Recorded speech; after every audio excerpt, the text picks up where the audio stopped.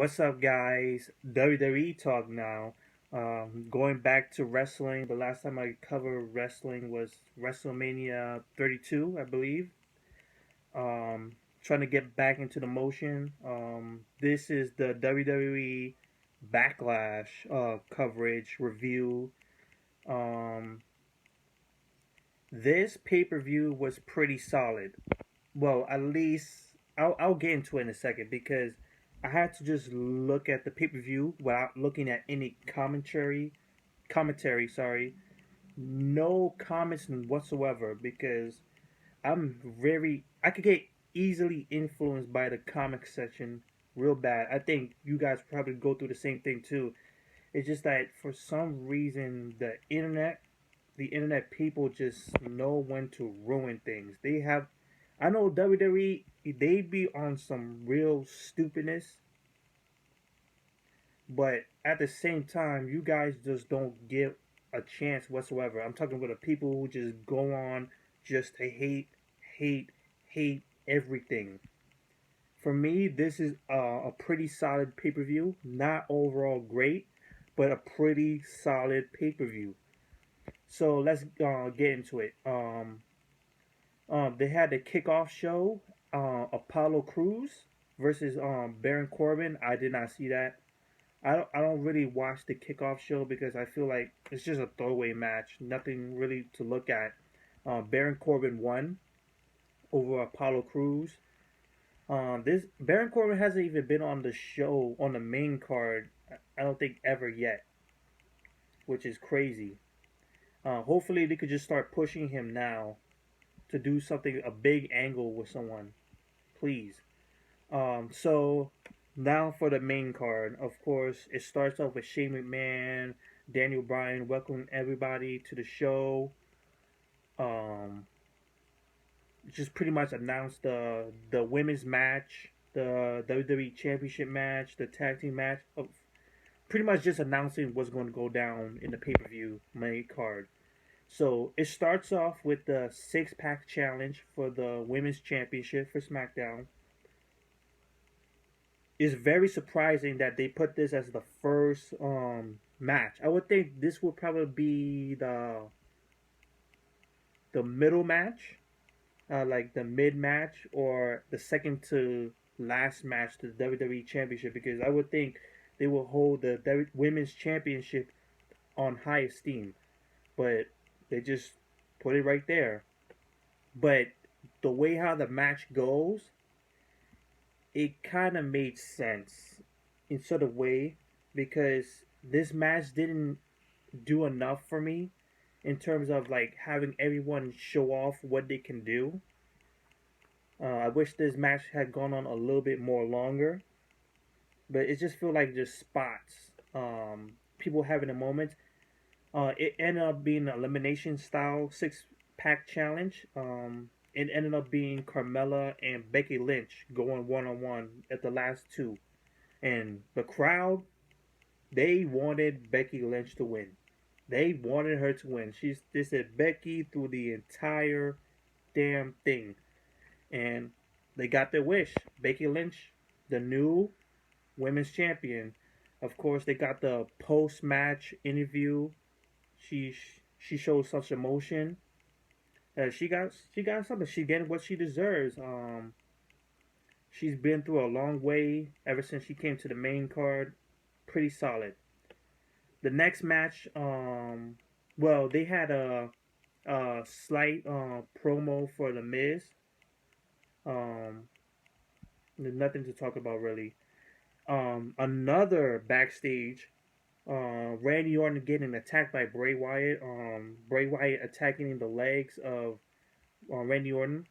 This will lead into later on, which I will talk about later on.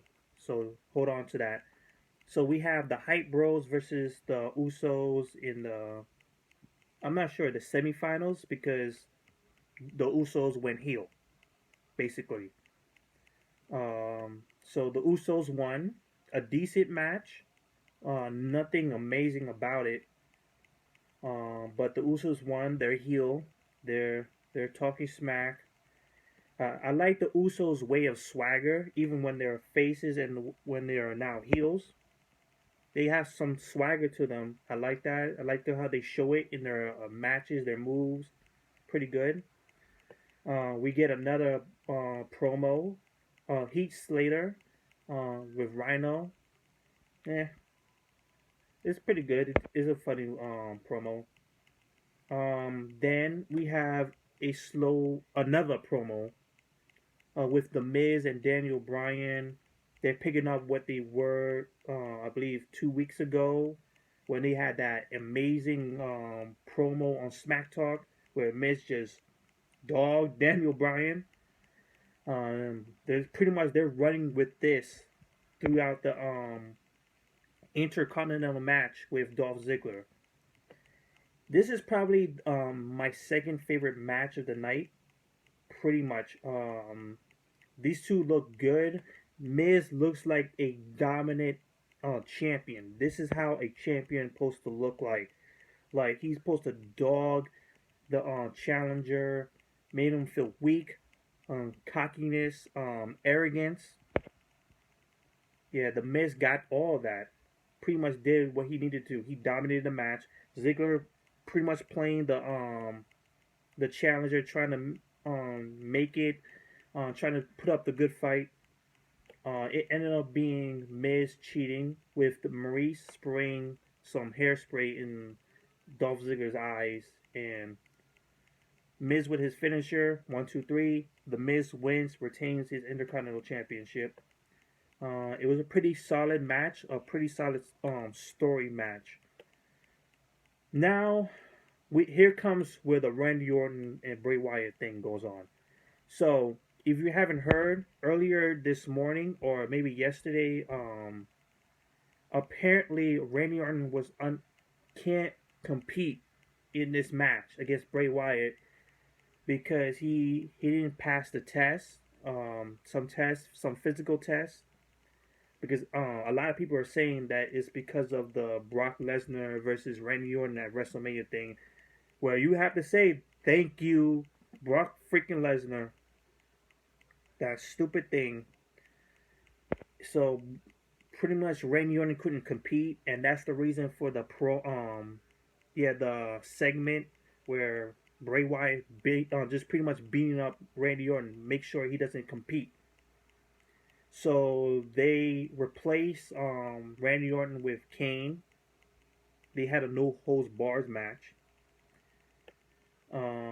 Nothing too good about it. It was decent, I would say, because they showed a lot of Bray Wyatt as a character. He's devious, he's evil, he's malicious. Even though Kane's supposed to be too, but he seems regular. It ends up being Randy Orton comes out of nowhere, walking down the ring, RKO's Bray Wyatt, Kane chokeslam him, 1, 2, 3, Kane wins. So they're going to still continue this feud for sure into the next pay-per-view, which was revealed to be No Mercy. Another old school pay-per-view. First Backlash, now No Mercy. Looks like they're going to start bringing back those old school ruthless aggression era type of pay-per-views, which is fantastic. We're probably going to see Unforgiven or Armageddon, maybe. So keep a look. AJ Styles. Okay, AJ Styles is the guy. He is the guy. He is one of my favorite wrestlers, and he is showing why he is. This guy is arrogant. He's saying, I'm the man. You can't tell me nothing. I'm going to be the champ. Don't worry about it. And that's pretty much he did in this backstage segment. The next one will be the tag team championships against the Usos and Rhyno and Heath Slater.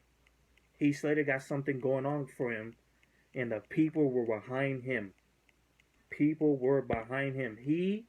It's people like him and people like Damian Sandow who just knows how to pull the crowd with their promos. This is a very telling match. Heath Slater was the man of this match. He's the MVP for sure, for sure. It ends up being Heath Slater and Rhyno winning the WWE SmackDown's Tag Team Championships. He put on a good promo. The post-match interview, I love it. I pretty much love it. Pretty much giving him the underdog story. So that's all I gotta say. And here's the main event: the WWE World Championship against Dean Ambrose and AJ Styles. Freaking phenomenal! I love it. I absolutely love it. Dean Ambrose acting like a champion. He's bringing in what he did with Dolph Ziggler or against AJ Styles. But AJ Styles is giving that cockiness too. He's giving that arrogance. Like, I am the man. It doesn't matter what you do. I'm still the man. Um, it was a very compelling story. And it ends up being AJ Styles winning the championship, which fantastic. I love it. I have no complaints. Um, a very, very good match. A very good match. So overall, this pay-per-view was decent. A very good match. Not overall. I say the women's championship match was the weakest point of the of the pay-per-view, because I don't think they went so much into it. Maybe it's the time management thing, but that is, I have Dean Ambrose versus AJ Styles number one, and of course I talked about Dolph Ziggler versus Miz second, because they have always had good matches with each other. Sorry about the lighting though. So that's it. I'm giving this pay per view. I'm gonna give it an 8, because I love the storytelling they did in all these matches. Heath Slater and Rhyno versus the Usos. Um, Dolph Ziggler and The Miz, and of course Dean Ambrose versus AJ Styles, especially fantastic. 8 out of 10 for me. So that's it. Peace out, guys. Later.